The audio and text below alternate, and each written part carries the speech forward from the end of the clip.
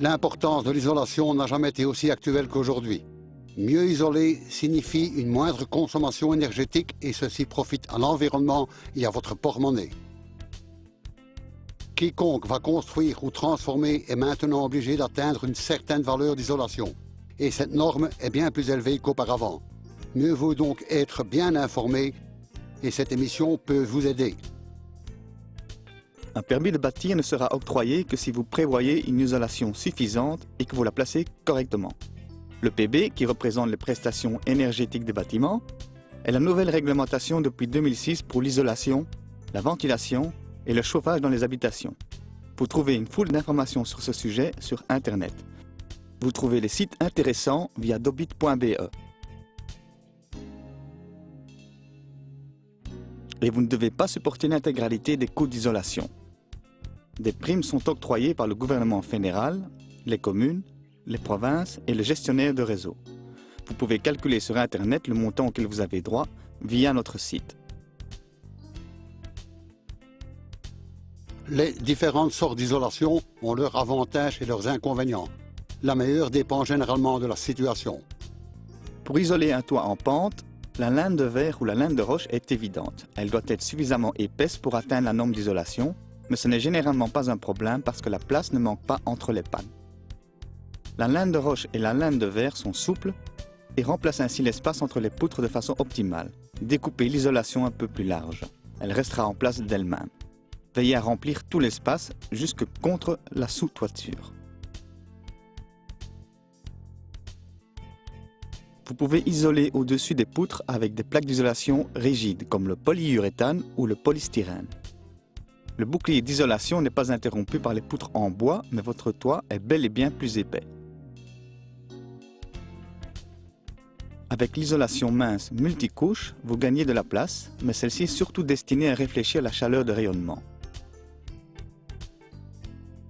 Dans les travaux d'isolation, vous devez éviter deux problèmes, la condensation et les ponts thermiques. Un peu d'explication paraît ici tout indiqué. Cuisiner, prendre une douche et respirer, tout cela libère une grande vapeur d'eau dans l'air. Cette vapeur peut pénétrer dans l'isolation, atteindre son côté froid, se condenser et l'isolation devient humide. Vous devez éviter cela en plaçant un pare-vapeur du côté chaud de l'isolation. Toutefois, l'humidité doit s'échapper de la maison, d'où l'importance de veiller à une ventilation suffisante dans la maison. Les ponts thermiques sont des endroits où l'isolation est interrompue. Ceci se rencontre surtout autour des fenêtres et des portes. Vous perdez pas mal de chaleur par là et des zones froides apparaissent dans le mur sur lesquelles l'humidité se condense quand même et votre mur va moisir. Évitez donc les ponts thermiques, par exemple en injectant une mousse de polyuréthane entre l'isolation de mur creux et le cadre de fenêtre. L'isolation est ainsi prolongée. Un toit plat était autrefois toujours isolé en insérant le matériau isolant entre les linteaux. Mais en fait, il est nettement préférable de placer l'isolation juste sous la couverture de toiture. Dans ce cas, il vous faut un matériau isolant résistant à la compression comme le polyuréthane ou le polystyrène extrudé. Vous posez un pare-vapeur sous la construction portante, votre matériau isolant au-dessus. Et enfin, la couverture de toiture. Ce peut être du roofing comme là ou de l'EPDM comme ici. Au toit, Roger a pu pousser l'isolation jusque contre la sous-toiture. Au mur, c'est différent.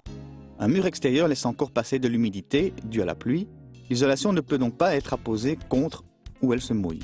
Ensuite, le mur sèche à nouveau.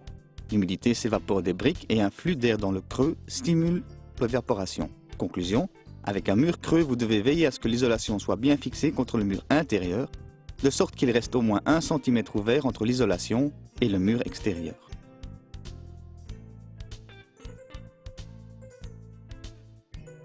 Dans la construction à ossature en bois, vous insérez l'isolation dans la structure portante.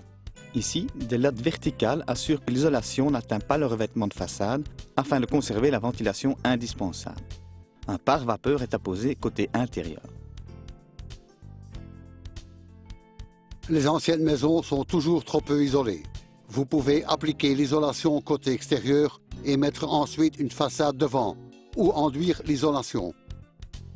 Mais une solution meilleure marché et plus simple est d'apposer des plaques de plâtre enrobées isolé de l'intérieur, soit sur un châssis de bois ou de métal, soit sur du plâtre adhésif sur un mur sec. Tout d'abord, la poussière du mur doit être fixée par un primaire et Roger applique ensuite des touffes de plâtre adhésif sur la plaque. Si la plaque est posée contre le mur, vous la rendez lisse et de niveau avec un bloc et un marteau. La couche d'isolation existe en plusieurs épaisseurs et également en différents matériaux d'isolation. Avec ce système, la chambre est vite échauffée car l'isolation est proche de l'intérieur, de sorte que vous ne devez pas échauffer des murs froids. Vous obtenez le même effet lorsque vous érigez vos parois de plâtre enrobées avec des profilés et que vous y insérez l'isolation.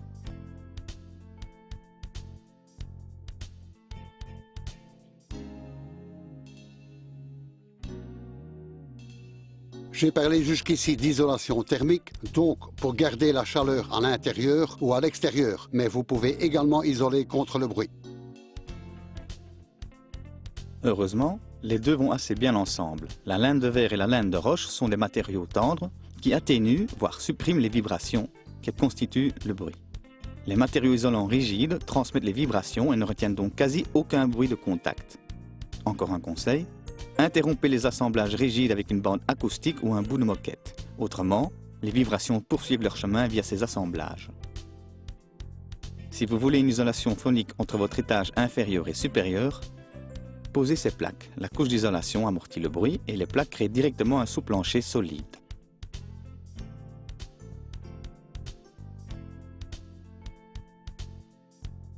On peut encore dire tellement de choses sous l'isolation correcte.